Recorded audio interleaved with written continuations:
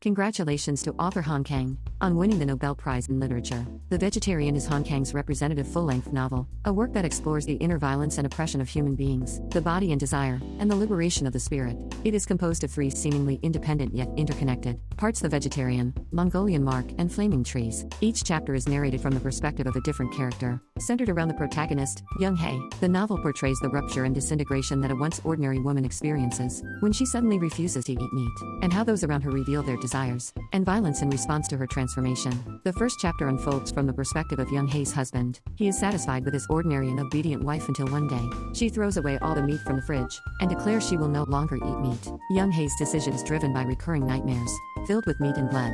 Her choice is not merely change in diet, but a metaphysical rejection of violence.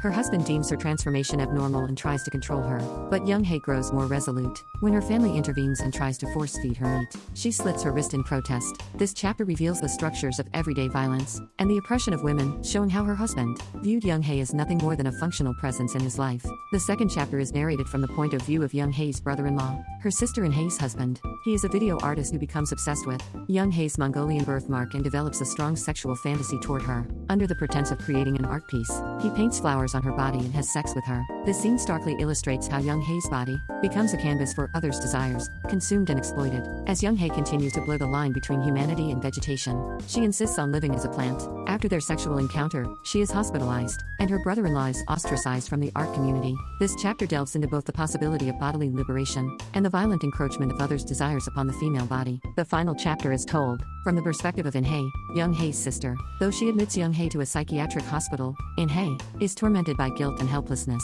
She too lives under the weight of patriarchy, motherhood, and financial burdens, suppressing her own emotions. As she cares for her sister, she slowly begins to confront her own inner suffering. Yeong-hye now barely speaks, drinks only water like a tree, and is immersed in madness.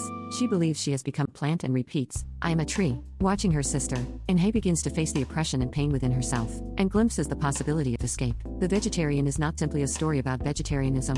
Rather, through a woman who rejects meat, the novel attempts to dismantle the violence and desire embedded in human nature, and the norms and normalcy that society imposes. By rejecting meat, Yeong-hye tries to free herself from the desires of others, and ultimately longs to shed her humanity and become a plant. This act is a radical form of self-negation and at the same time, a gesture of liberation. Yeong-hye's husband, her brother-in-law, and her sister all oppress or exploit her in different ways. This work does not portray Yeong-hye's abnormality as an isolated issue, but rather as a mirror, reflecting the violence of the social relationships and structures that surround her.